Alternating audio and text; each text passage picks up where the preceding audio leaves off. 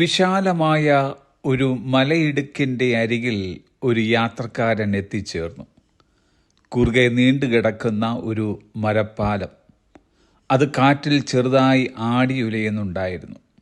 തനിക്ക് ആ പാലം കടക്കണം, പക്ഷെ ധൈര്യം കിട്ടുന്നില്ല.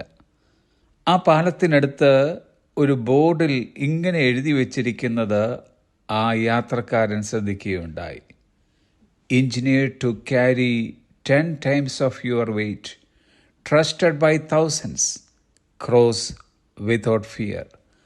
നിങ്ങളുടെ 10 ഇരട്ടി ഭാരം വഹിക്കാൻ രൂപകൽപ്പന ചെയ്തിരിക്കുന്നു.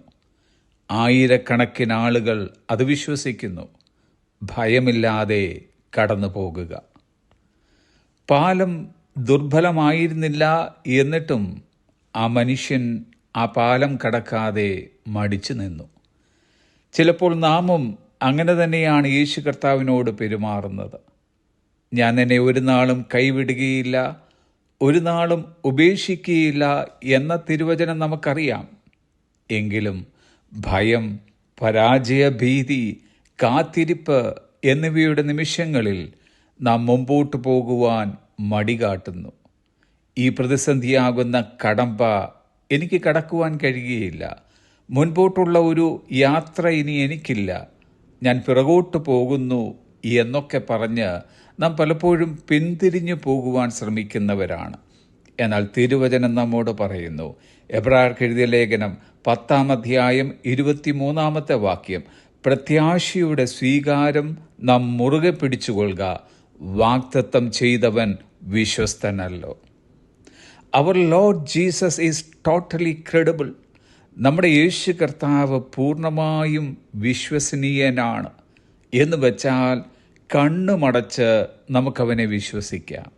അതുകൊണ്ട് തിരുവചനം പറയുന്നു, സദൃശവാക്യങ്ങൾ 3-ാം അധ്യായം 5-ാം വാക്യം: പൂർണ്ണ ഹൃദയത്തോടെ യഹോവയിൽ ആശ്രയിക്കുക, സ്വന്തം വിവേകത്തിൽ ഊന്നരുത്. നാം യേശു കർത്താവിനെ എത്രത്തോളം വിശ്വസിക്കുന്നുവോ അത്രത്തോളം അവൻ നമ്മെ ഒരിക്കലും നിരാശപ്പെടുത്തുകയില്ല. നമ്മുടെ മുമ്പിലുള്ള വഴി ഇടുക്കവും ഞെരുക്കവുമായിരിക്കാം. നാം കടക്കേണ്ടുന്ന പാലം ദുർബലമാണെന്ന് നമുക്ക് തോന്നിയേക്കാം. നാം തനിയെയാണല്ലോ, മറ്റാരും കൂടെ ഇല്ലല്ലോ എന്ന ഒരു ചിന്തയും നമ്മെ ഭരിക്കുന്നുണ്ടാകാം. എന്നാൽ ബൈബിൾ ചരിത്രം പറയുന്നത്, അവങ്കിലേക്ക് നോക്കിയവരാരും ഇതുവരെയും ലജ്ജിച്ചു പോയിട്ടില്ല, ഇനി മേലാലും ലജ്ജിച്ചു പോകാൻ അവിടുന്ന് അനുവദിക്കുകയുമില്ല. ഡിയർ ഫ്രണ്ട്സ്, ഈ കർത്താവിൻ്റെ മാറ്റമില്ലാത്ത വാഗ്ദത്തം നമുക്കുള്ളതിനാൽ ധൈര്യത്തോടെ നമ്മുടെ മുമ്പിലുള്ള കടമ്പകൾ നമുക്ക് കടക്കാം. Have A blessed day.